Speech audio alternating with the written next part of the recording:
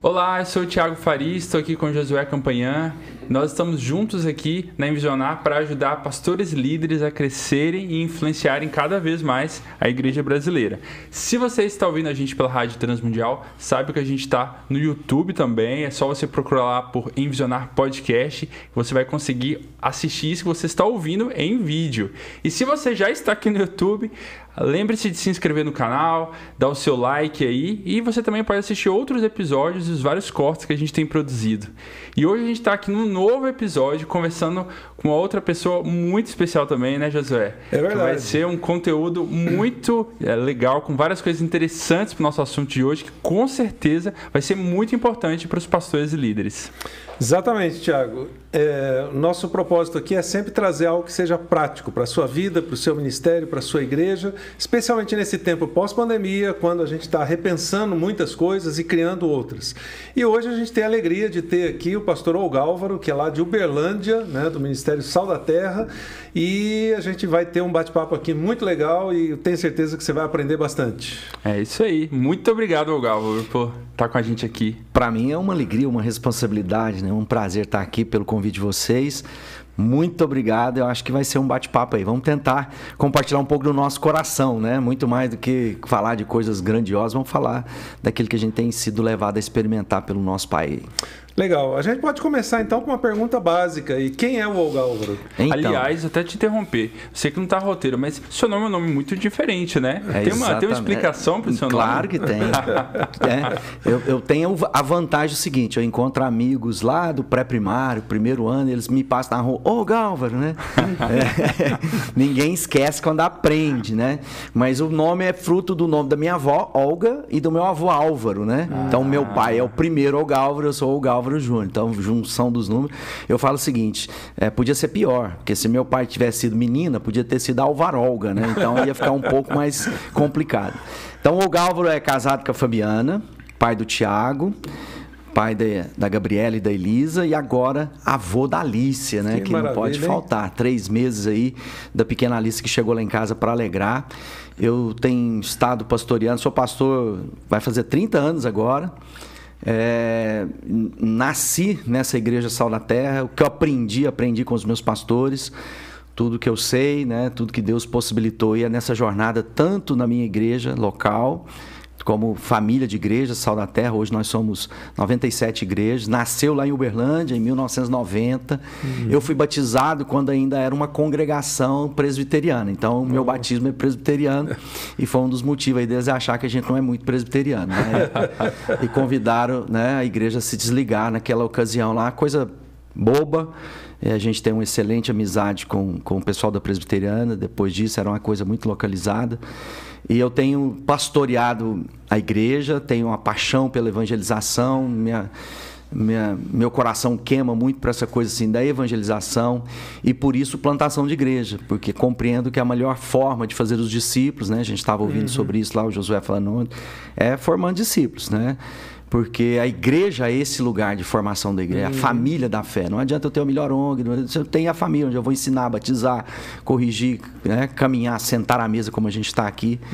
Então, nessa jornada, Deus me deu muitas oportunidades. Fui missionário na Escócia, tive a oportunidade de passar um ano de sabático nos Estados Unidos, né? Veio o Tribal Generê, muita coisa que Deus possibilitou na minha vida. Eu sou muito grato a Deus, aos meus pastores. Então, o Olga Álvaro é a formação de tudo isso, né? E um apaixonado, como eu disse, pela evangelização, e dedicado à minha vida, porque eu entendo que é o reino de Deus que eu quero proclamar, é essa marca que eu quero deixar com a minha passagem breve nesse planeta, né? Mas e é isso. Um cara que gosta de amigos, tem 3 mesas grandes em casa para receber amigos. Que legal.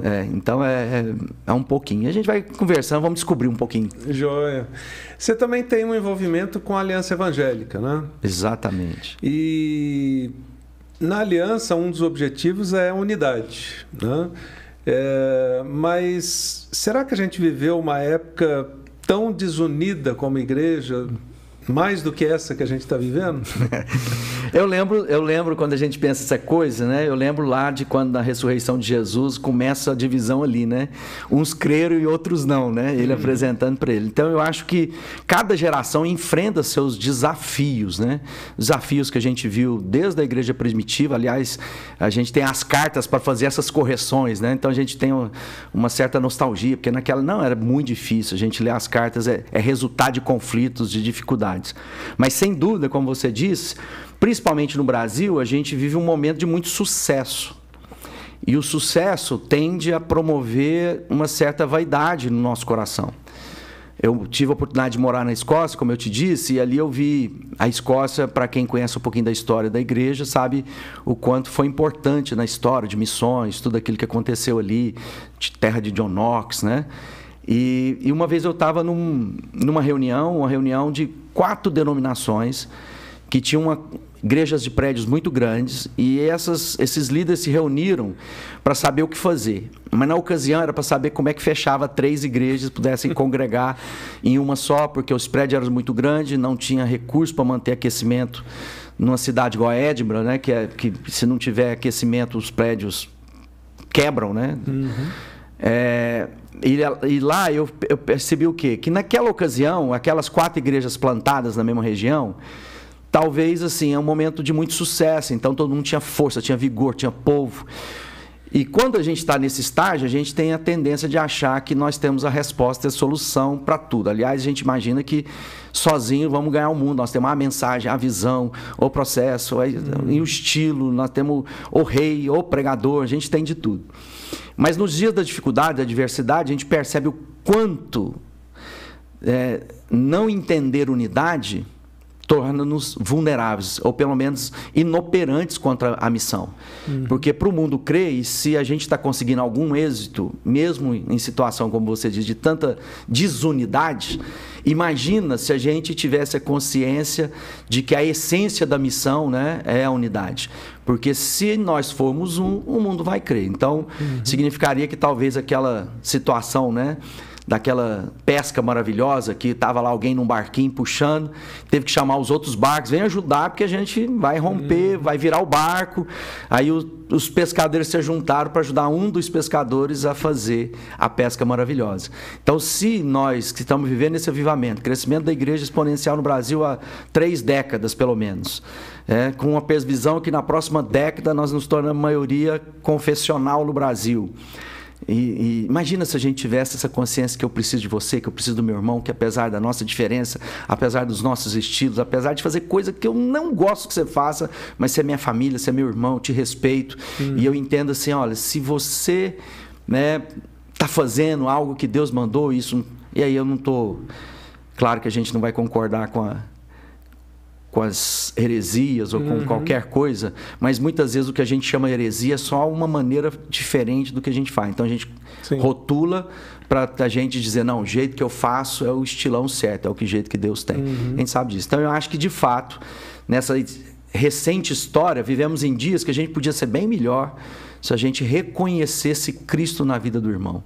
Aliás, a palavra de Deus que a gente não deve ver mais ninguém que não seja em Cristo, né? Então, acho que é um bom desafio para nós. E a aliança tem se proposto a isso, né? Um esforço pela conservação da unidade. Unidade que é um fato.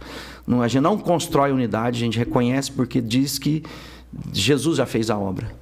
Então, eu creio que nós, talvez, acho que você falou um pouquinho sobre isso hoje no seminário, né? A gente muito adolescente. E o adolescente é cheio de si, né? Ele imagina. Então, acho que a igreja brasileira é muito adolescente. E se a gente, como mais maduro, entender também as fases, a gente não ficaria tão surtado também. A gente levaria isso entendendo o seguinte, como os mais velhos, calma, as coisas vão... É isso mesmo, é um momento. A gente que teve filhos, adolescentes em casa, não houve um momento que fala assim, poxa vida, acho que eu não ensinei, foi nada.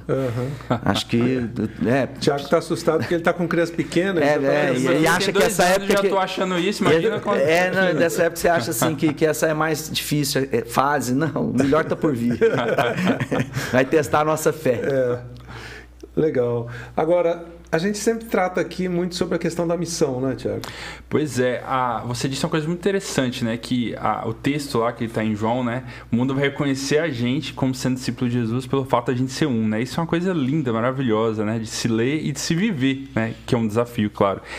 O quanto você acredita que, de fato, a unidade da igreja é importante para ela cumprir a missão dela? Isso é uma coisa, assim, que é um plus, vamos dizer assim, uma coisa a mais que facilitaria ou não? Isso é totalmente essencial para a igreja cumprir sua missão. Isso não é uma possibilidade, é uma condição.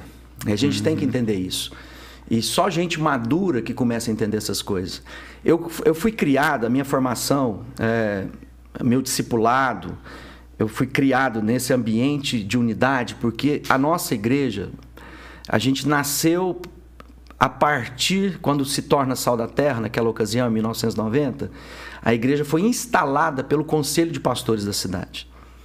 E a gente tinha vivido uma situação dura lá com a igreja presbiteriana naquela ocasião, as igrejas da cidade reconheciam a nossa congregação. Então, quando foi lá, a igreja nasceu de um culto com as igrejas da cidade instalando aquele grupo que estava ali. Uau.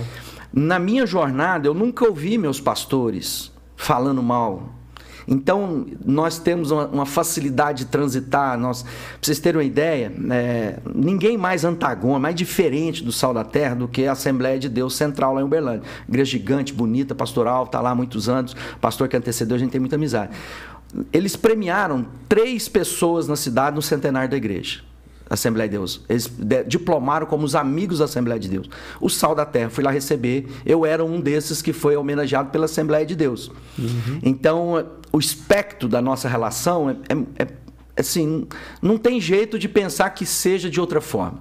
Então, talvez na minha maneira de pensar, eu olho para a unidade, essas coisas, que dá trabalho, é difícil. Muita gente fala assim, mas o que eu vou ganhar com isso?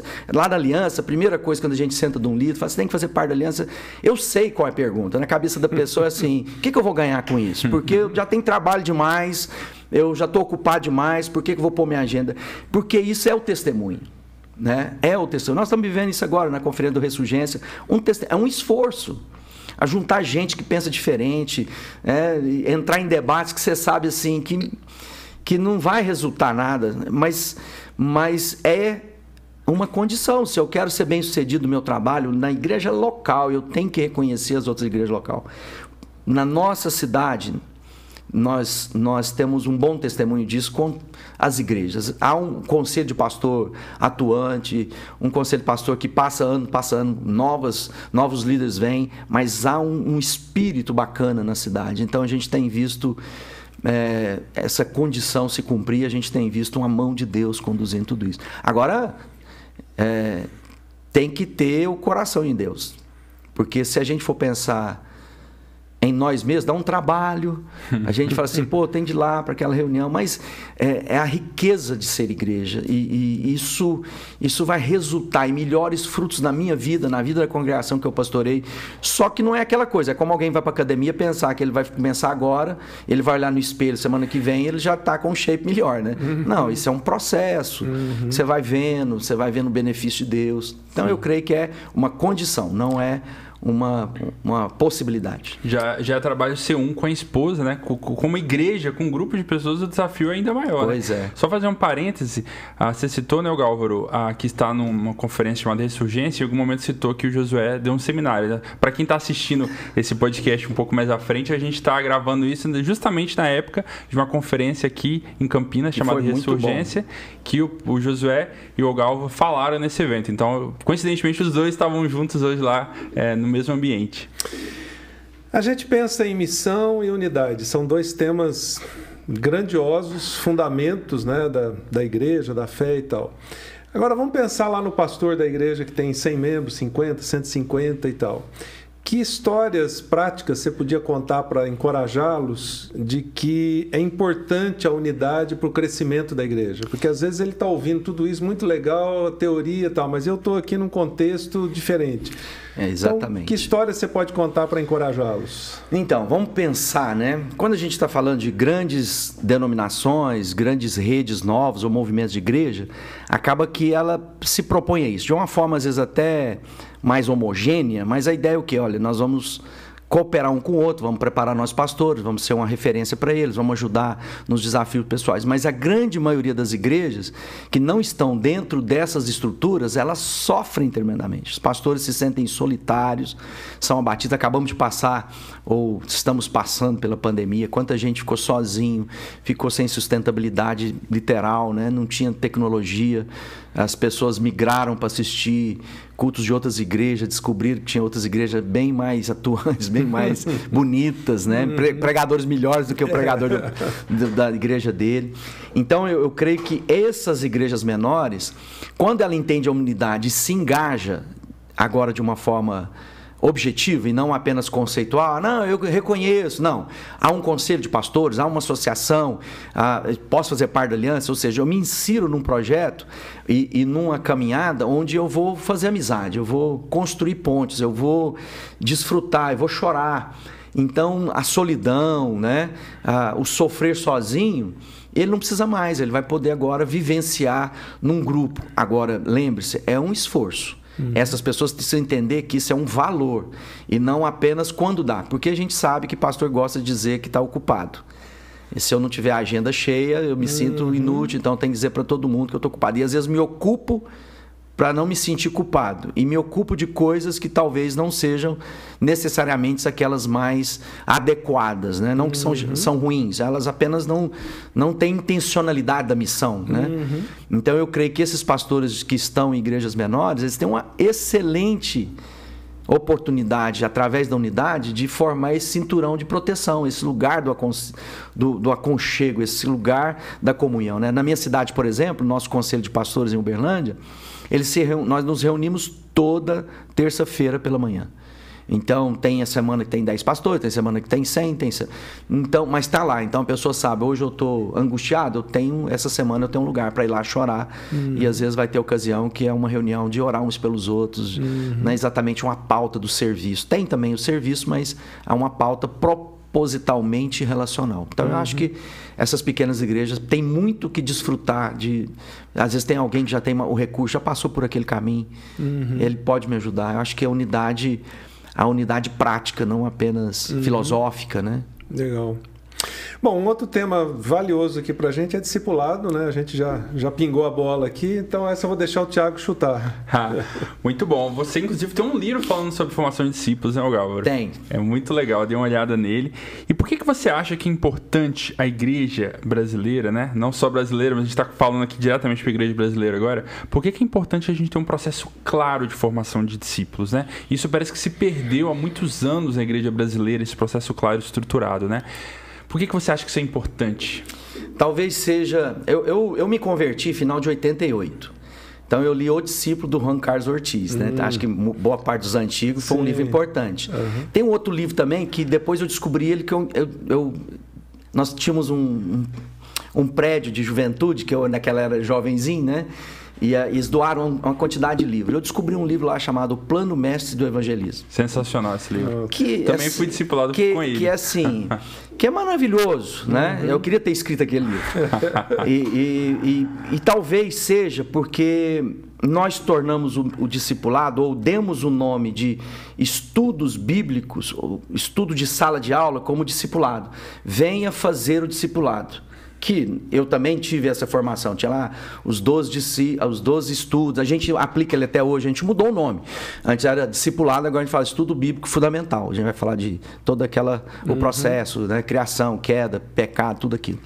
Mas eu acho que enquanto a gente não entender que a forma que Jesus fez discípulo é vivendo e compartilhando a vida dele com as pessoas, e não apenas... Jesus não parou para fazer um estudo de Jeremias. Né? Vamos abrir aí, leia o profeta. A gente não vê ele fazendo isso. Jesus era extremamente simples. Eu acho que eles, hoje, numa sociedade tão intelectualizada, pelo menos dos líderes evangélicos, numa parte significativa e talvez mais visível na igreja, a gente tem tornado as coisas muito complicadas. E discipulado vem ver. Não foi isso que Jesus falou? Vem ver, vamos andar juntos. A gente percebe a caminhada de Jesus com os seus discípulos, ele entregou a vida dele. Ele não poupou nada, ele se despiu na frente dos discípulos.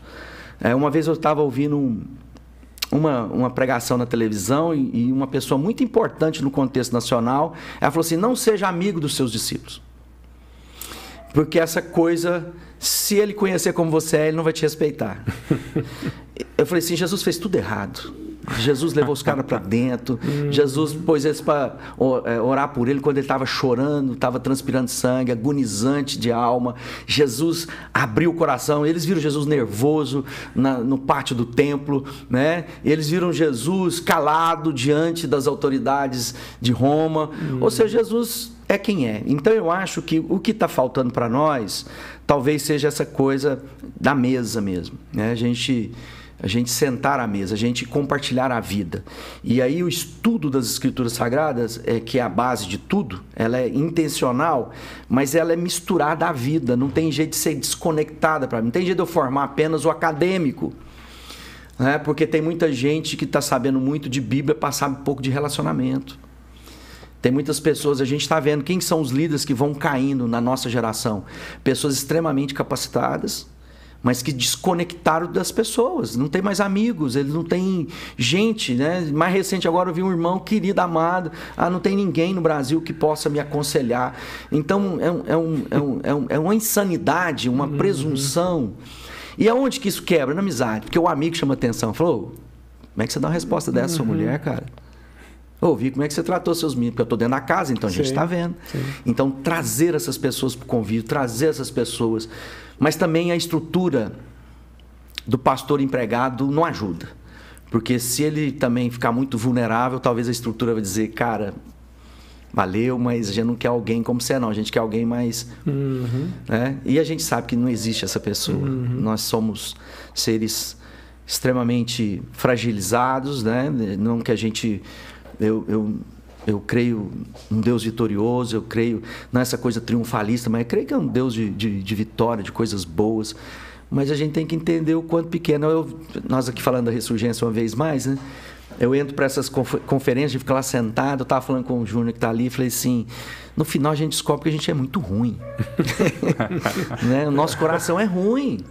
Porque a gente vai ouvindo, de repente fala: não, eu estou fazendo uma coisa bacana. E tem coisa que dá orgulho, né? O que vocês estão entregando, fala: que conteúdo bacana, o trabalho da Envisionar. A gente se enche de alegria de ser usado por Deus, a gente fica cheio de alegria, fala: que bons frutos, né? Viu o testemunho, a gente se alegra.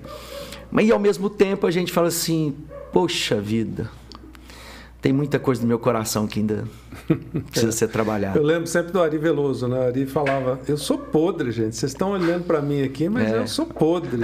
É isso aí. E quando ele falava isso, eu falava: gente, ele tem 30 anos mais do que eu, imagina eu, então.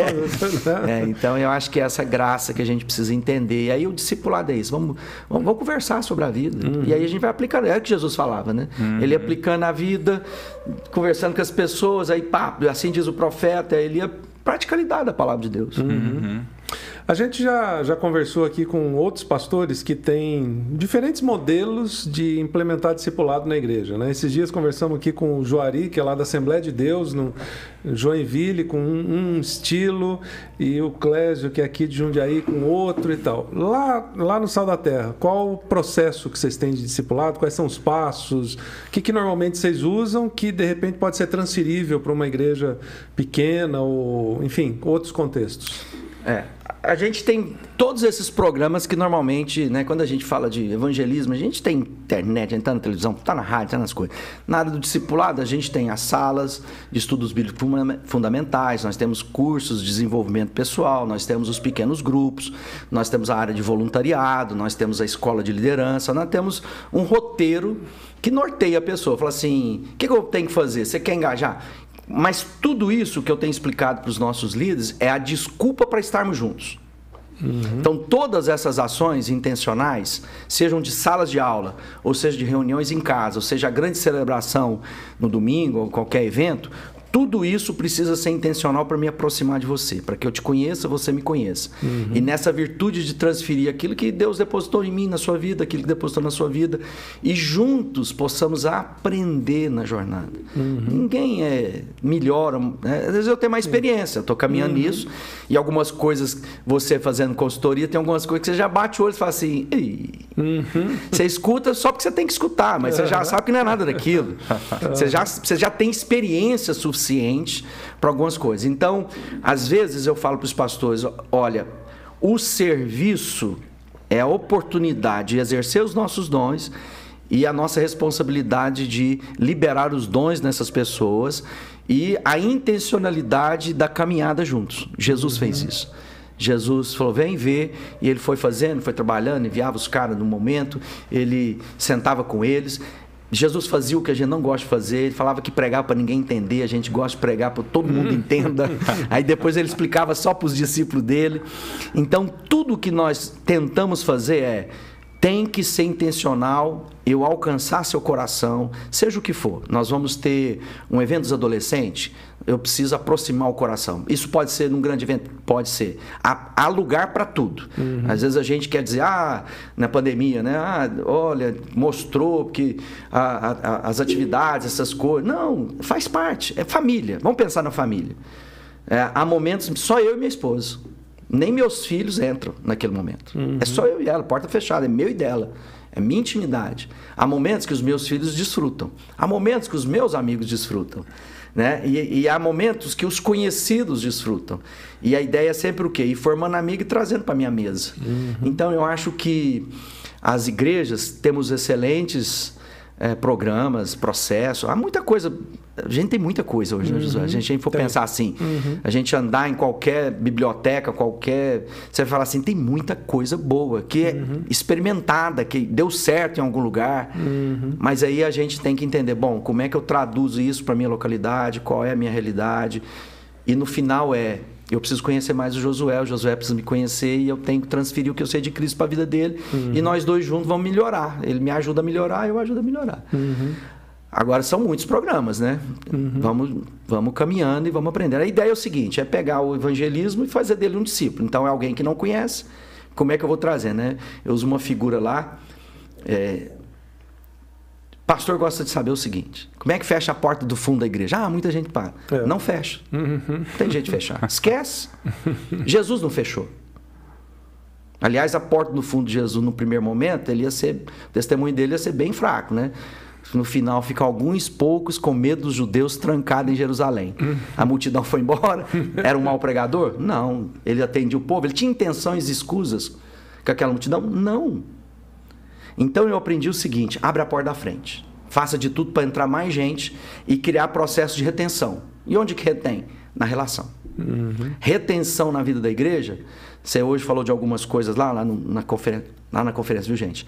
É sobre essa coisa, integridade da liderança, né? E que isso é extremamente importante. Então, as pessoas têm que vir em mim a minha luta contra o pecado, a minha honestidade diante das minhas dores, para que ela se identifique também, para que ela fale assim, tá vendo? Faz na vida dele, faz na minha também. Né? Ninguém é melhor, ninguém... Há muita presunção. Verdade. Uma das coisas que a gente trabalha sempre são passos ou processos práticos, né, para o pastor, para o líder e tal. O Tiago tem trabalhado bastante nisso, inclusive lançou um livro agora recente para ajudar, né? E acho que o Tiago tem uma pergunta para você nessa área aí. Você citou algumas coisas assim, como ajudar essa pessoa que está engajada na igreja, ou está se engajando na igreja, na verdade, a crescer na fé, né? E o que você falou é brilhante, assim, a gente cria esses passos para orientar, mas o fundamental é o relacionamento que a gente vai traçar com ela ao longo disso tudo, né? Mas você pode compartilhar algumas das ideias que você tem experimentado no seu ministério, desses passos chaves para levar a pessoa a dar, desde o momento que ela se converte até ela ser uma líder atuante, madura mesmo? Essa é a conexão, né? Então a gente precisa de mais gente cuidando de menos gente. Isso é uma máxima que a gente já sabe. Jesus foi lá, separou um pouco de gente. Quando a gente pensa numa rota, você fala assim, quais são os passos, né?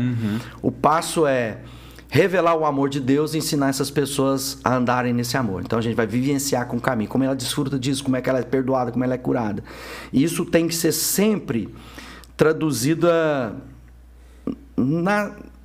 no cuidado de mais pessoas. Então, quanto mais cedo aquela pessoa também entender que ela não vai ser apenas assistida, mas ela é alguém que Deus está preparando também para assistir outros, ela vai criar maturidade, que vem de responsabilidade.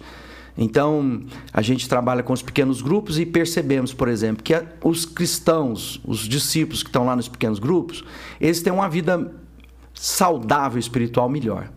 Porque ele se reúne, ele tem intencionalidade na reunião, ele tem nome, se alguém está passando necessidade, aquele grupo assiste, ele tem como interpelar, ele faz perguntas, ele é conhecido, se ele está passando necessidade, alguém o assiste, ele ajuda a assistir o outro. Então, eu creio que uma das coisas fundamentais em qualquer congregação é esse lugar menor, e aí pode dar o nome que quiser, em que as relações não são apenas do ambiente público. Porque, por exemplo, eu falo o seguinte: irmão, você está aqui no culto, são centenas de pessoas por culto, nós temos 6 horários de culto no domingo na congregação que eu pastorei, e eu falo assim, se eu ver um acidente a 2 quadras daqui no sinaleiro, todo mundo vai passar e vai embora, nem sabe, porque você entra e sai, ninguém te conhece, ninguém sabe o seu nome. Se você não der um próximo passo de se engajar, e aí nós temos 2 portas de entrada, é o voluntariado, ou seja, a pessoa no voluntariado, você quer só a pessoa fazer o serviço na igreja? Eu falei, não, de novo, é criar com ela uma agenda intencional. Porque aí nós vamos sentar semanalmente, a gente vai te conhecer, nós vamos conhecer, a gente vai te assistir, você vai aprender, você vai fazer pergunta. Então, todas as questões é como trazer essa pessoa que não conhece a Cristo para ser esse responsável que num determinado momento começa também a trazer e levar a Cristo na vida das pessoas. Então, o passo a passo é esse, é reconhecer quem é parte da família. Por exemplo, no Sal da Terra, a gente não tem hall de membros como as igrejas históricas têm. O nosso hall de membros é do serviço, quem serve na igreja. Aí ele tem nome, aí ele tem endereço, aí a gente conhece. Então, até que aquela pessoa só frequenta o culto de domingo, para nós ela é uma pessoa a ser alcançada ainda. Entendeu? Então, quando ela se engaja em qualquer área, pronto, agora ela é alguém que entendeu a família. Então, agora a gente pode intencionalmente ajudá-la a desenvolver ainda mais habilidade. Não que a gente não faça isso no culto, mas o culto... Nossa igreja é da igreja do ambiente escuro, então nem enxerga a pessoa direito. Aproveitando então essa virada de bola aqui, de tema, vamos pensar em ensino criativo. Hoje a gente tem as pessoas sendo bombardeadas por todo tipo de criatividade, não só TV, Netflix, redes sociais e tal. Como é que a gente pode desenvolver um ensino criativo na igreja? Então, eu tive a oportunidade de passar 2013 nos Estados Unidos. A questão da criatividade, isso faz parte do DNA do Sal da Terra. Então, por exemplo, a gente foi muito pioneiro em muitas coisas que a gente não tinha visto no Brasil antes. Não significa que não existia, mas pelo menos a gente, na relação que a gente tinha, não tinha. Depois a gente veio com grupo de dança, com bandas, né? Na época que a música gospel ainda era bem do gueto, né? Não era música de FM, né? A gente já tinha muita coisa bacana e a gente sempre foi ousado porque a gente tinha um coração evangelismo. Então a gente fazia uma carreta, levava a carreta para a porta dos bares, a gente tinha peça de teatro, tinha uma série de coisas, porque tinham algumas meninas que converteram, que eram profissionais na área de dança, de teatro. Então foi muita coisa que aconteceu. Veio o Tribal Generation, que aí foi uma explosão de criatividade, porque o Tribal se propôs a encontrar no Brasil e depois, posteriormente, na América Latina e depois no mundo, igrejas que estavam fazendo coisas de forma criativa. E aí encontramos no Brasil coisas lindas, ricas. O Brasil é um fenômeno. Talvez seja pela nossa mistura. Eu tive a oportunidade de viajar muito nesse mundo. Não vai encontrar isso que a gente tem no Brasil, que muitas vezes aflige a alma de tanta gente. A igreja, essa complicação, o tanto de nome de igreja. Não, essa é uma riqueza, né? A Visionário tem que fazer uma pesquisa lá em Cajazeiras, na Bahia, em Salvador. É uma rua que tem uma igreja do lado da outra. A gente tem uma lá. É um estudo antropológico, para você entender cada expressão que está ali. Bom, voltando aqui, e a gente sempre usou muito disso, ou nos eventos da igreja, nas conferências, nos eventos, no evangelismo, ou a gente pincelava alguma coisa vez ou outra num culto especial. A minha passagem pelos Estados Unidos, Deus falava comigo assim: o que trouxe até aqui não vai ser o que vai levar a partir daqui. Então era uma disruptura, vamos colocar. E a gente foi para os Estados Unidos passar um ano, eu e minha família, e a ideia era nos inserir num contexto de aprender. Então eu queria encontrar uma igreja que estava, de alguma forma, alguns passos na frente da gente, me inserir nela como membro e desfrutar daquele momento. E encontramos uma igreja batista lá no sul da Flórida, e a gente começou a frequentar ali, os meus filhos se encantaram, porque tudo aquilo que a gente fazia de fora, eles colocaram no culto. Então, a primeira vez que a gente chegou no culto, o pastor estava pregando com uma Lamborghini no palco. E ele estava fazendo analogia do templo do Espírito Santo que somos com aquela máquina poderosa, aquilo tudo. E ele dizia, e eu tive que entrar no palco, ele entrou a dirigir nela, né? Com muito cuidado, porque ela não é minha. Porque se fosse minha, se esbarrasse ali na pilastra do palco, responsável. Mas não era minha, do irmão aqui da igreja. E ele falou assim o seu corpo não é seu. Você precisa cuidar, porque o seu corpo está emprestado, ele é de Deus, né? E os meus filhos encantaram. E naquele momento eu entendi, é isso, é essa mensagem que a gente vai conectar coisas muito igual Jesus, sal, flor, passarinho. Jesus é muito simples, olha o passarinho. Vamos ensinar uma coisa profunda olhando para o passarinho. Você está com medo de passar fome? Você está ansioso? Olha o passarinho, abre a janela. Pronto, ele cuida do passarinho e vai cuidar de você.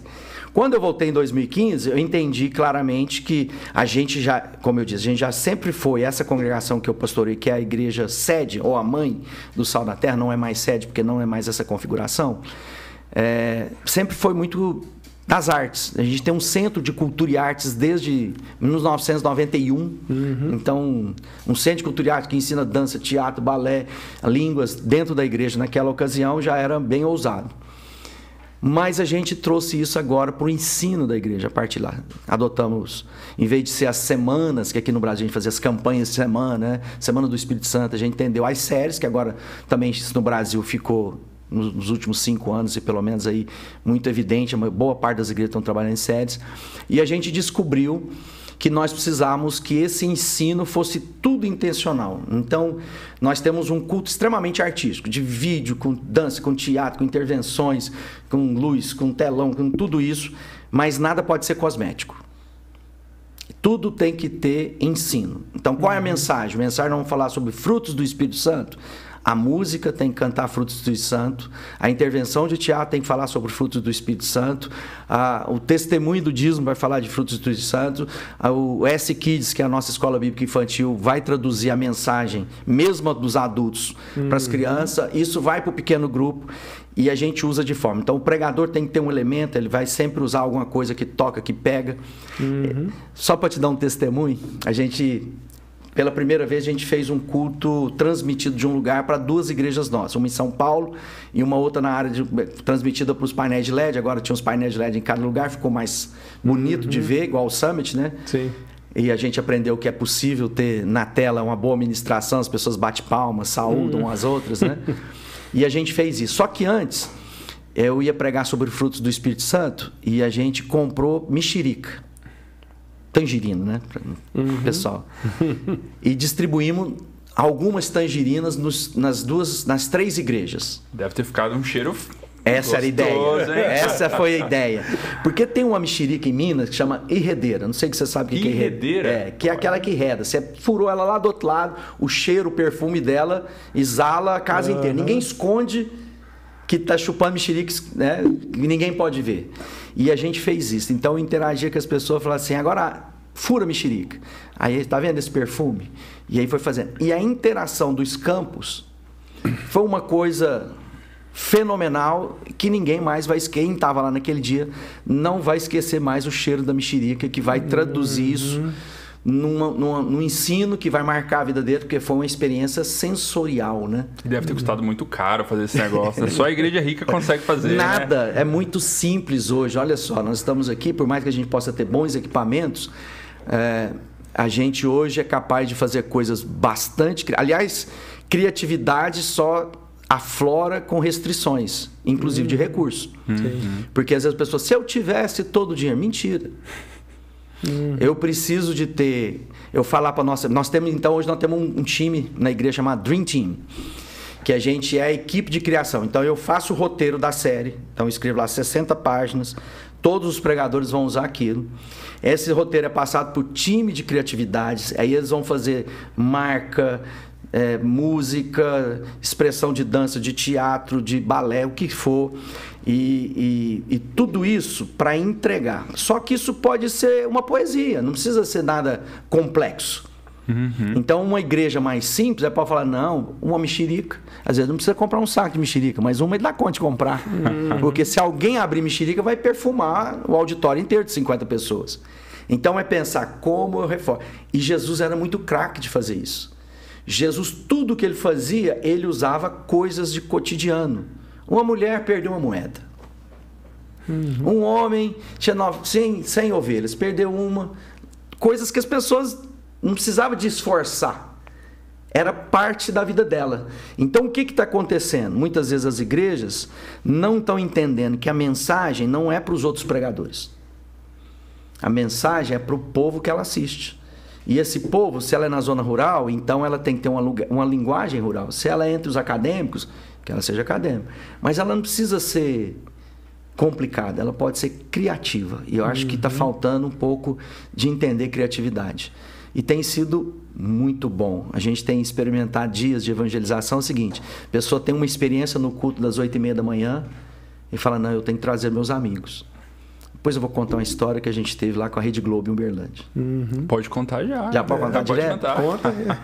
Todos os anos a gente faz, na época de Natal, como a maioria das igrejas, cantatas, espetáculos. E a gente fez um espetáculo de Natal. E nesse dia, eu não sabia, o dono da TV Globo estava lá, da local, né? Da rede local. E ele teve uma experiência com o espetáculo que foi feito. Com a equipe nossa. Ele ligou para todos os diretores e deu uma ordem para eles. Toda a diretoria da TV tem que vir assistir no culto de tal hora daqui da igreja. E eu nem sabia, ninguém sabia. Né? Até foi bom para ninguém ficar nervoso, né? E eles foram. Fruto disso, nós estamos estabelecendo uma parceria, já fizemos o primeiro esse ano, que é tornar a Páscoa um espetáculo para a cidade.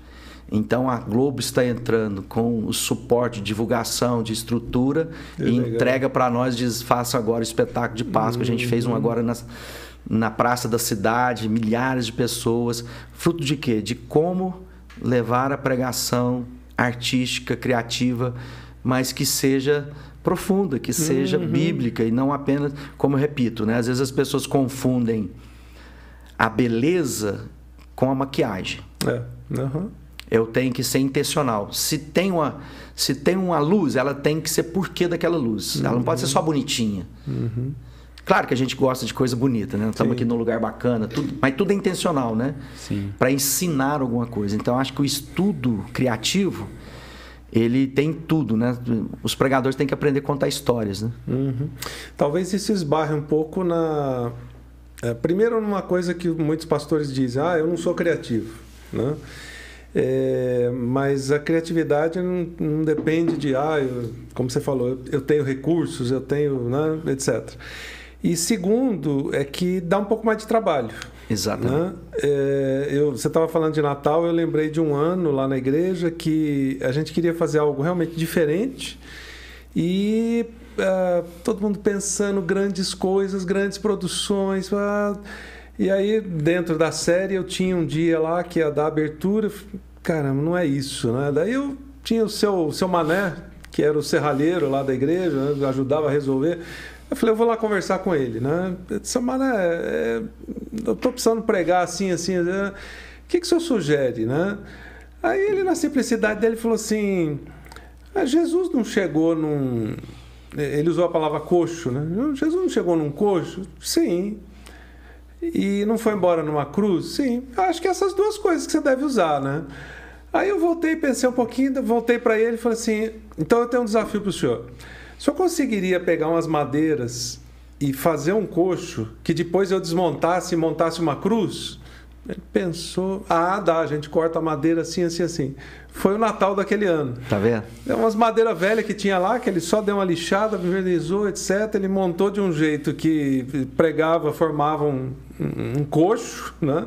E depois desmontava, formava a cruz no final, né? Um negócio simples, barato, né? E que tem um significado profundo. Exatamente, exatamente. Então, às vezes, o pastor pensa assim, não vou conseguir, não sou criativo, não tenho recurso. Acho que primeiro é questão de você querer, segundo de dedicar mais tempo para aquilo, porque certamente vocês vão dedicar muito mais horas para, não só para estudar o sermão, mas como é que a gente transforma isso aqui numa coisa prática, né? Eu creio que esse é o maior desafio, né? Porque talvez, primeiro, a pessoa ela tem que quebrar o paradigma do para quê? Para que eu vou fazer isso? Isso é muito cenográfico, isso e alguns vão chamar até muito de mundano, né? Isso não tem nada a ver, a formalidade das escrituras. Mas a gente não enxerga isso em Jesus. Jesus era, claro, muita reverência, mas ele era muito simples, muito, muito bacana. E eu creio que... E o segundo aspecto que você colocou é importante, dá trabalho. Eu falo o seguinte, o tipo de congregação que nós somos, e a gente recebe muitos elogios, e, inclusive na família Sal da Terra, mas a maioria não quer, dá trabalho. Entendeu? Porque dá trabalho. Então a gente pensa, não, a igreja está crescendo bacana, são 6 cultos no domingo, eu passo o domingo, eu chego lá 7 da manhã, vou embora 10 da noite.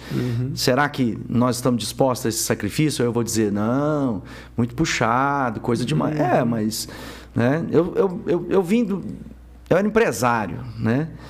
Trabalhava com confecção primeiro, depois com restaurante, centro de eventos. Então, trabalho. Para mim, domingo é um dia de trabalho. Então, vamos trabalhar. Se eu tivesse restaurante, tinha de abrir o almoço, depois tinha de abrir o jantar. É dia inteiro, né? Então, eu creio o seguinte, que há necessidade também de um despertamento do trabalho. Eu acho que tem muita gente querendo que caia pão do céu. Já caiu no deserto, mas agora na terra prometida é lavrar a terra. Vamos trabalhar, vamos semear, vamos cuidar. Então é processual, né? Tudo é processual.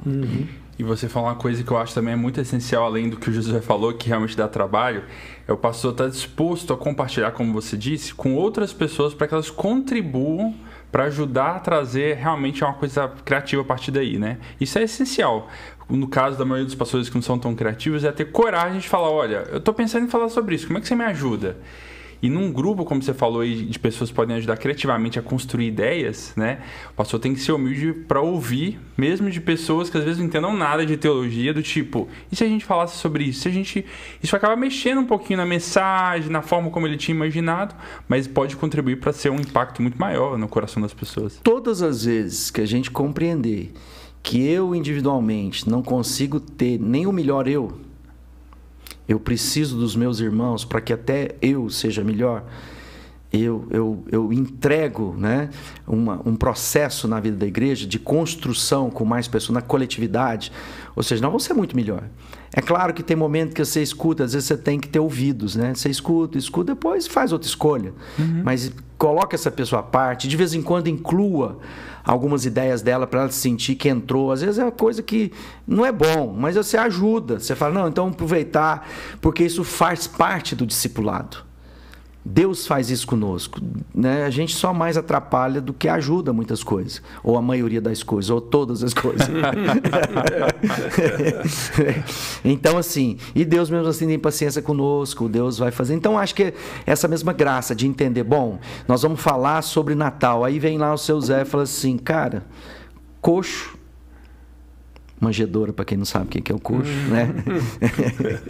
e a cruz, né? Dois símbolos extremamente poderosos que comunicam a mensagem num todo, né?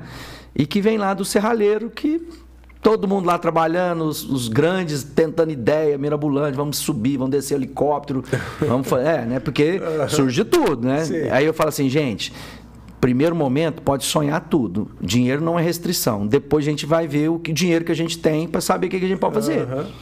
Então, talvez seja uma mexerica, talvez seja uma peça de reaproveitamento que se torna coxa, que se torna cruz, talvez seja algo novo que vai usar futuro. E aí agora a gente vai fazer um grande investimento, talvez seja o investimento do ano, para entregar aquela primeira mensagem do ano. Tudo isso, todo mundo tem que medir na sua caminhada, na sua jornada. Mas, no final eu preciso do meu irmão, eu preciso de uma equipe, a gente aprendeu isso também, né? Então, uma equipe multidisciplinar e que todo mundo está aprendendo, todo mundo se escuta, todo mundo se respeita, mas também discute muito. Eu acho que também essa coisa muito polida não funciona muito. Verdade. Joia, vamos mudar para um último tema aí, Thiago? Pois é, exatamente. Agora a gente vai conversar sobre plantação de igrejas. Bacana. Me parece que você tem uma experiência em plantação de igrejas, hein, Gálvaro? Eu tenho algumas boas igrejas plantadas ao longo da história aí, hein? Temos. O Ministério Sal na Terra tem por essência plantação de igrejas, né? Mas antes da plantação de igreja, é bom a gente reforçar que não há presunção da nossa parte, até pela nossa formação, de que o sal da terra seja resposta para todo mundo. Mas há convicção de que é resposta para alguns. Desta forma, nós sabemos, seja em qualquer lugar, nós podemos contribuir com a igreja que lá está. Então, a gente quer reconhecer a igreja na sua diversidade, na sua forma plural de ser, nas cidades, seja onde for, e queremos nos associar no projeto de formação de discípulo, de alcançar, né? Fazer discípulos de todas as nações. Essa é a palavra que nos impulsiona o tempo inteiro. Então, vamos fazer. Então, plantação de igreja é essa resposta à grande comissão, porque depois todo o Novo Testamento é plantação de igreja, né? Foi para o lugar, passou ali um período, tudo é plantação de igreja. Então, não tem como ver cumprir a grande comissão. E é uma coisa interessante, eu lembro que eu fui convidado para dar uns seminários na CEPAL, no encontro da CEPAL, e eu estava falando sobre pós-modernidade, isso começo dos anos 2000, depois dos anos 2000, que o meu primeiro livro, A Revolução do Pensamento, foi essa coisa de pensar em geração, né? Geração emergente, naquela ocasião que a gente fez muito. E eu lembro que eu fiz uma pergunta, e normalmente na CEPAL são líderes que frequentam. Eu falei assim, quem aqui sabe o que é a grande comissão? Para meu espanto, boa parte dos líderes que lá estavam não sabiam o que é. Claro que eles sabem o conceito. Quando eu falei, a grande comissão é a ordem de Jesus, fazer discípulo. Mas talvez aquela palavra, mais de uma década atrás, as pessoas, assim, passavam desapercebidas. Eles estavam fazendo isso, mas não sabiam. Não havia intencionalidade, era intuitivo. A gente vai fazendo e vai fazendo. Não havia intencionalidade. Quando a gente, então, entende que a grande comissão se cumpre na plantação de igreja, não resta outra coisa para fazer. Primeira crítica.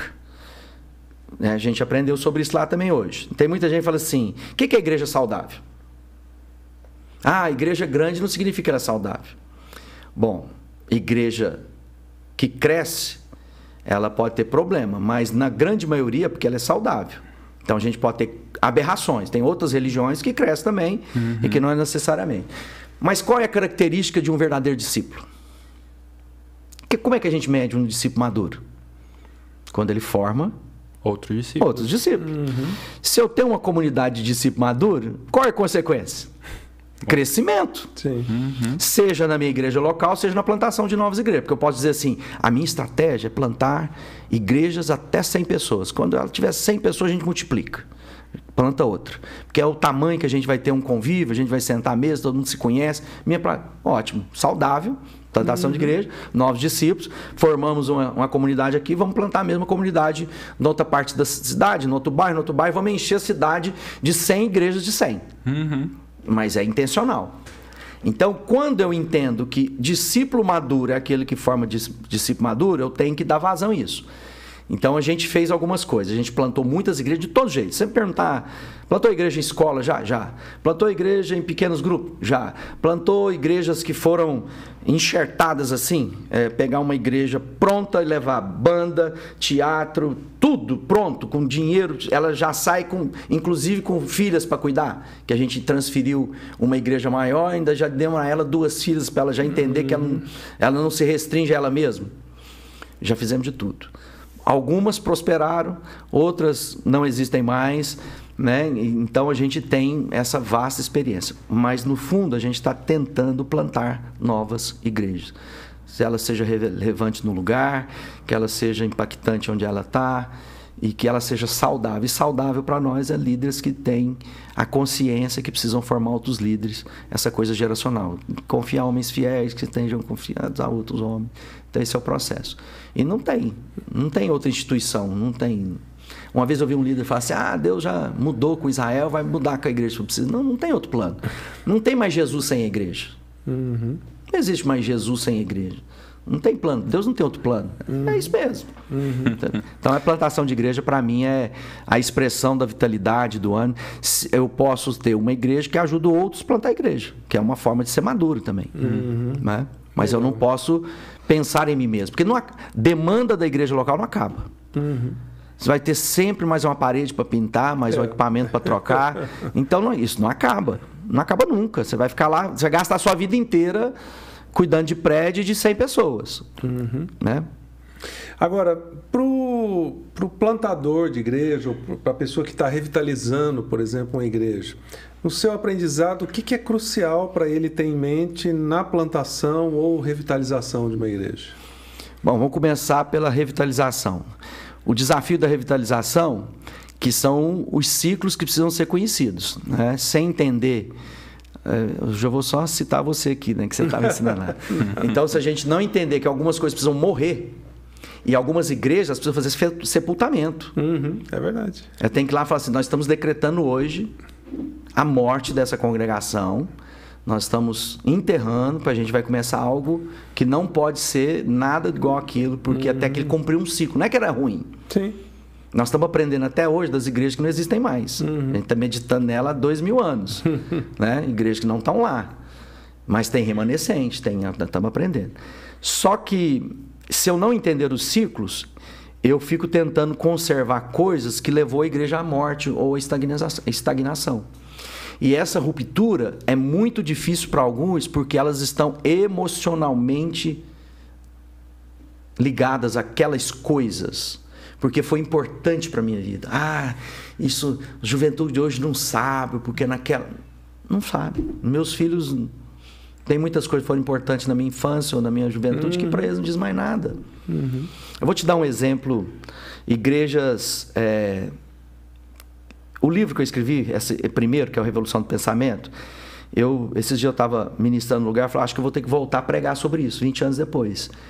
Porque é um ciclo. Eu estou vendo a mesma coisa dos paradigmas, dos bloqueios que tem a ver com gerações. A gente está rotulando essa geração agora. É uma geração perdida, é uma geração do mimimi. Não, é a geração que nós formamos.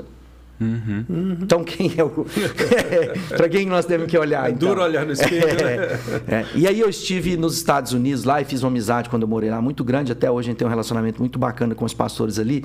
Heróis da fé. Gente que foi, serviu a igreja dos imigrantes, que acolheu, são centros comunitários que atendeu essas pessoas que chegaram lá para tentar a vida. Pastores de Deus mesmo. Só que eles foram conservando essa história da cultura brasileira nos Estados Unidos. E eu sentei uma vez com ele e falei assim, vocês vão morrer, porque nem os filhos de vocês querem essa igreja. E vou explicar por quê. Não adianta vocês ficar colocando bandeira de Brasil, comer feijoada, cultura gaúcha, do centro-oeste brasileiro. Esquece isso. Então seja uma igreja internacional, que vocês vão receber todo mundo. E mais, essa igreja da língua portuguesa atende a primeira geração. A segunda geração que vai para a escola, os irmãos conversam entre eles em inglês. Respondem os pais por vezes em português e depois de um certo tempo, às vezes até em inglês. Eles não conversam em português. Significa que esse jovem, quando é criança, que está na escola, ele vai para a igreja, não tem outro jeito. O pai pega na mão e leva para a igreja. Quando ele fica adolescente, começa a pensar. Ele não pode levar os amigos americanos dele. Porque a língua da minha igreja é português. Então já não é mais, como é que ele identifica? A igreja dos meus pais. Já houve o quê? Uma ruptura.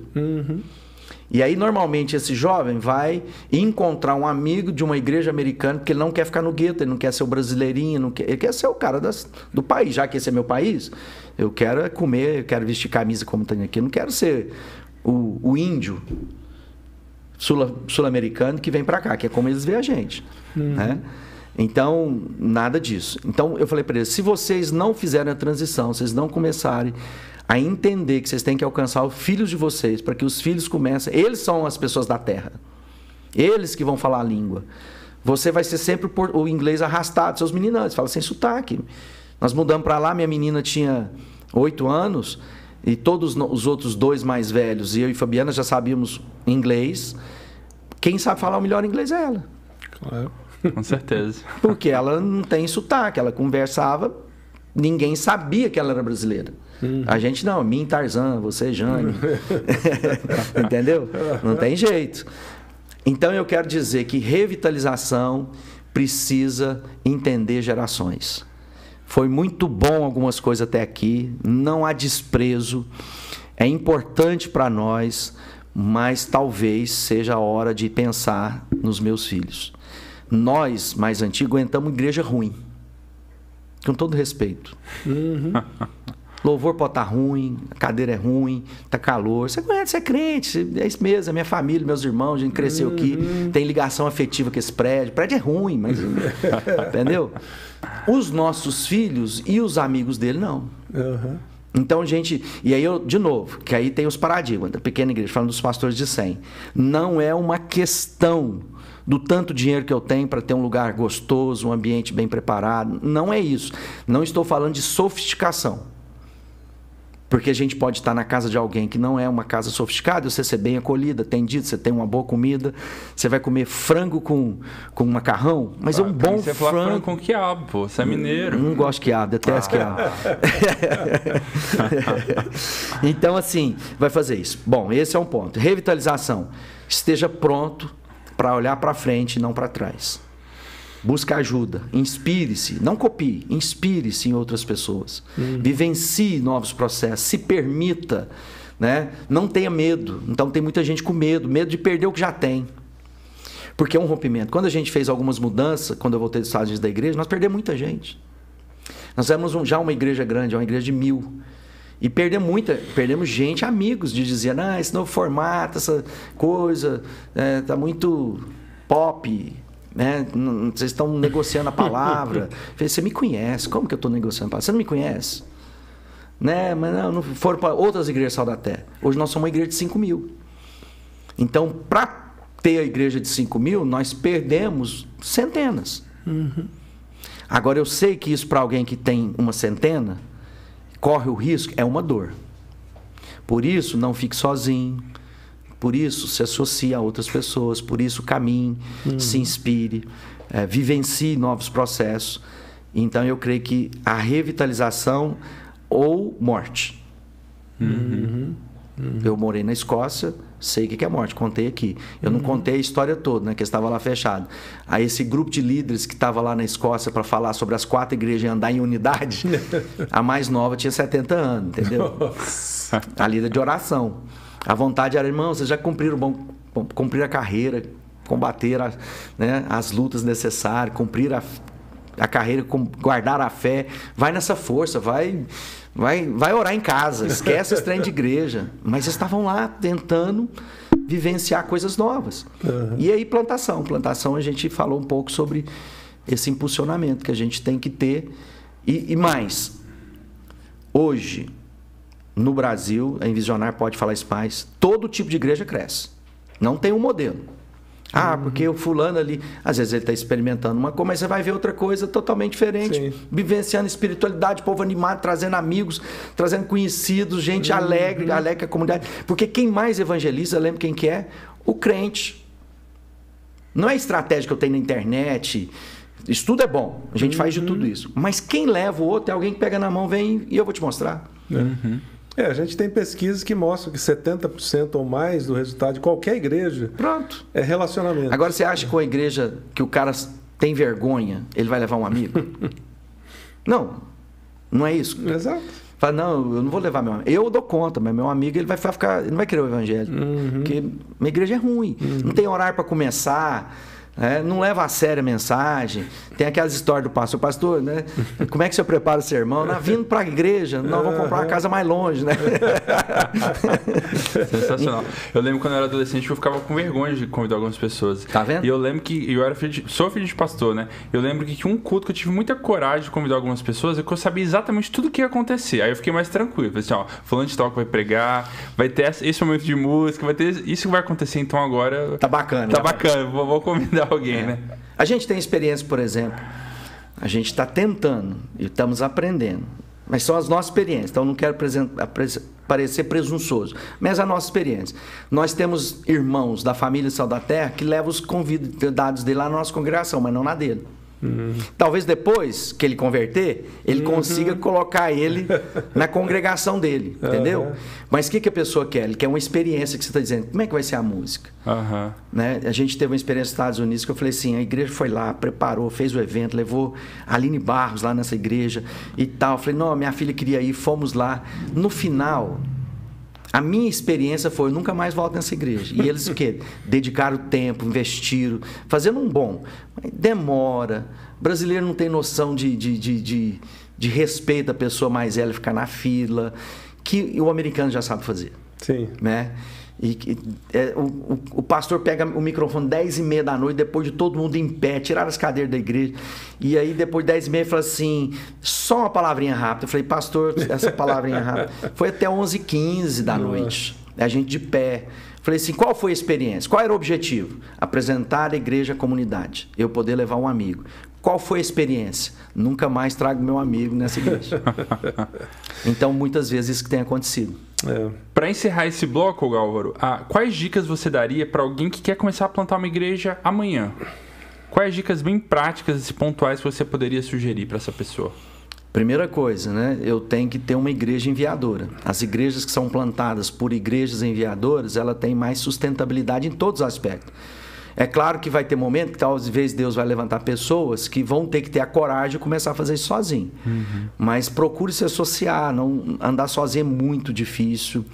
As dores são maiores, o vento bate, as armadilhas do inimigo são profundas, vai mexer em vespeiro, as pessoas não têm noção do mundo espiritual porque pensa que é um evento, que é apenas um clube social. Não é.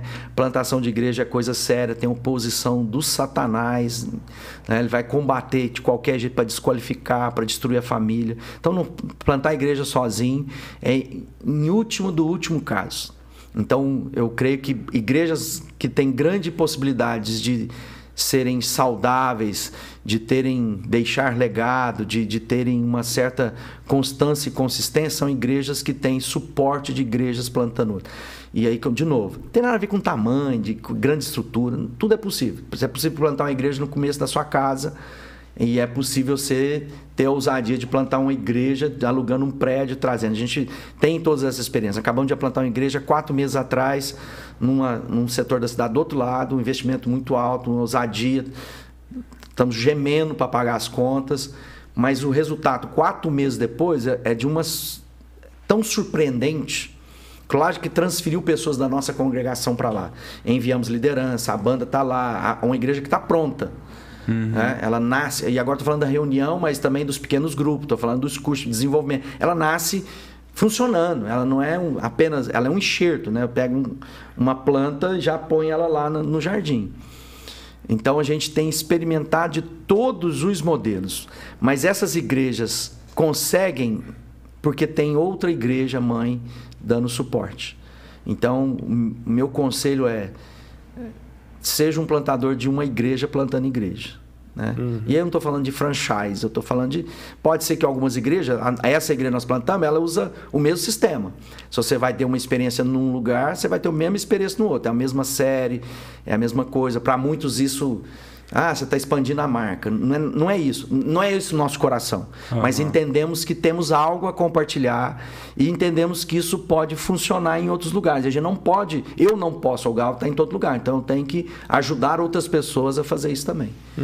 Então, acho que o meu conselho é... Se eu fosse plantar uma igreja agora de forma prática, eu teria uma equipe de departamento infantil para começar, porque a gente pensa só no louvor, não, eu preciso de alguém para tocar música. Então, se você fosse escolher, começa pela casa plantadora, com uma boa estrutura para acolher criança, e se você conseguir ter uma pessoa de louvor, pode ser um violão e voz, mas que seja bacana, eu acho que já é uma plataforma de desenvolvimento. E tudo isso com o respaldo de uma igreja.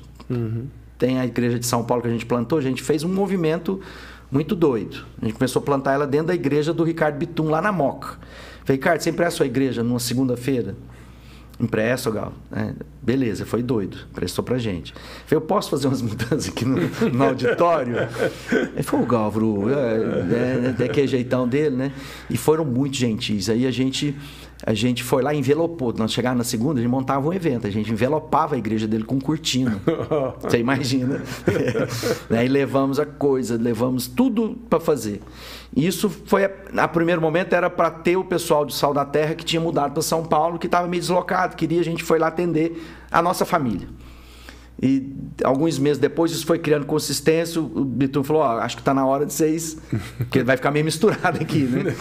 E aí a gente foi para o outro lado, aí nós fomos lá para Vila Leopoldina, do outro lado da cidade, para um teatro. E aí toda semana nós enviávamos uma equipe plantadora de um ônibus, saía de Uberlândia, depois de 6 cultos no domingo, a gente entrava no ônibus, amanhecia em São Paulo, montava o evento, o culto para a noite, com tudo que era a série, plantar com cenário, levávamos diáconos, a gente levava evangelista para panfletar nos pontos do trem ali perto da Vila Leopoldina. E toda segunda, durante 1 ano e tanto, nós saímos de Uberlândia para fazer isso lá. Acabava o culto, desmontava tudo, pegava o ônibus, amanhecia para vir trabalhar na terça-feira. Muita gente voluntária. Então tem muitas experiências. Hoje a igreja está lá e ela consegue estar por quê? Porque ela é parte de uma igreja que dá para ela suporte. Imagina uma igreja do interior, plantar numa igreja em São Paulo, vamos falar só o custo financeiro disso, você já sabe como é que é. Aí nós enviamos um pastor para lá, uma família pastoral está lá. Hoje a igreja é uma realidade. Então tem muita história de doideira. Eu tenho aqui na coisa, porque eu sei que foram 66 viagens até que a igreja foi aberta como igreja no domingo. Aí a gente não teve jeito de estar todo domingo, porque aí a casa pastoral já estava lá, já tinha uma banda de lá. Hoje a igreja tem departamento infantil, tem 3 cultos na semana, já está funcionando bacana. Que legal. Bom, o papo tá bom, né, Tiago? Mas precisamos fechar e eu espero que para você, pastor e líder, você tenha tido um grande aprendizado aqui nessa conversa, coisas práticas para o seu dia a dia, encorajamento, histórias. Se você quiser depois, faz contato com o Gálvaro para continuar a conversa e tirar mais experiências, né? E eu espero que isso te ajude bastante no seu dia a dia e na sua trajetória. Gálvaro, obrigado mais uma vez pela oportunidade de estar com você e espero que a sua trajetória lá continue firme e também trabalhando na aliança e pela unidade, né? Obrigado pelo convite, né? Somos parceiros aí no Summit, esperamos que próximo ano tenhamos juntos, tanto lá em Uberlândia como lá em Chicago também. Isso foi muito importante, né? Quero dar uma dica para o espaço, está aí uma caminhada. O estar, né, no Summit, vivenciar, é uma expansão, né? É como se Deus estica a gente. Então, se você tem condição financeira, do seu tempo, faça esse investimento, se aproxime. O Summit vai acontecer em vários lugares no Brasil. Você não precisa ir para Chicago no primeiro momento, né? Mas num segundo momento, se você tiver a oportunidade, entre em contato pessoal. Tem sido muito bom na minha vida. E eu tenho feito um esforço para levar mais pessoas comigo, né, do Sal da Terra, para que eles tenham essa mesma experiência que a gente tem tido esses anos todos lá no Summit. Acho que é muito importante. E aliança, que é esse ambiente do esforço pela unidade. Então, tanto igrejas, denominações, movimentos, redes podem fazer parte da aliança. E tem sido maravilhoso andar com gente que ama Jesus, gente íntegra. Às vezes a gente fala, tá muito bagunçado. Não, tem muita gente. Aliás, a maioria, né, Josué, dos pastores no Brasil são pessoas que não têm nome, não têm livro, não têm fama, não têm dinheiro, não anda de carro bom. A maioria dos pastores são gente bem intencionada, ama Jesus e talvez erram, porque talvez não tiveram a oportunidade que a gente está tendo aqui. E a gente não precisa, né? Exatamente. A gente pode ajudá-los, né? E aí a gente tem vários aspectos. E quero agradecer, estar aqui, compartilhar e deixar para você essa palavra, né? Não desista, não desanime. É uma caminhada que por vezes é por dores, às vezes se sente solitário, mas os nossos irmãos pelo mundo estão sofrendo as mesmas dores, então tem de bom ânimo. Jesus é bom, não há projeto de vida melhor do que seguir os passos do Mestre. A igreja de Jesus é o que ele está empenhado até hoje. Ele fala assim, eu mesmo vou, então não tenha medo. Jesus deu spoiler, vai dar bem, pode ficar tranquilo que vai dar bom, né? E uma coisa que eu quero deixar é o seguinte, não se esqueça, Deus é previsível, ele vai cumprir o que ele disse que vai cumprir. Leia a palavra de Deus, está escrito lá, em Cristo você é mais do que vencedor, todas as coisas cooperam para o bem, a obra que eu comecei na sua vida eu vou terminar, não recue, não desista, porque eu farei, o Senhor vai cumprir o que ele prometeu. Então respira, descansa, né? Agora, dores, o nosso Senhor foi em dores, os primeiros apóstolos e até hoje, irmão, estou sofrendo pelo muito obrigado, espero ter contribuído de alguma forma com vocês, né? Com todo mundo. Deixa aqui. Como contatar você, lá site, Instagram. No Instagram é a maneira mais fácil hoje, né? Coloca lá @ Gálvaro, depois você tem que escrever meu nome aí, porque senão ninguém vai acertar, é Olga com Álvaro. Você pode procurar aí nas redes sociais, a igreja que eu pastorei é fácil, @Igreja Sal da Terra. É isso aí, você pode ir lá, você vai conhecer a área de criatividade, as séries que a gente está trabalhando. Esse material está lá disponível, se você quiser usar, você liga, a gente manda para você, você pode usar do jeito que você quiser, adaptar na sua realidade. Tem muita coisa que já está lá pronta. E tem os livros, né? Acho que agora está saindo mais 3 livros que estão saindo agora. E muito disso é fruto da reflexão de Sérgio. Tem um discípulo que você falou, tem um agora mais que está saindo que chama... essa vai ser bacana, hein? Wake Up, ou Acorde, que é uma reflexão em cima do filme Matrix, né? Eu falo um pouquinho sobre internet, revolução, metaverso, como isso se aplica na nossa espiritualidade, como que isso é a realidade dos dias de hoje, e tenho certeza que vai abençoar a vida de muitos aí. Obrigado, Gálvaro. Te abençoe no seu ministério. Obrigado. E para você que está assistindo a gente, se gostou desse conteúdo, compartilhe com outras pessoas, líderes da sua igreja, outros pastores, e ajude a gente a compartilhar esse conteúdo aí bom. Grande abraço. É isso aí, gente. Deus abençoe. Bacana.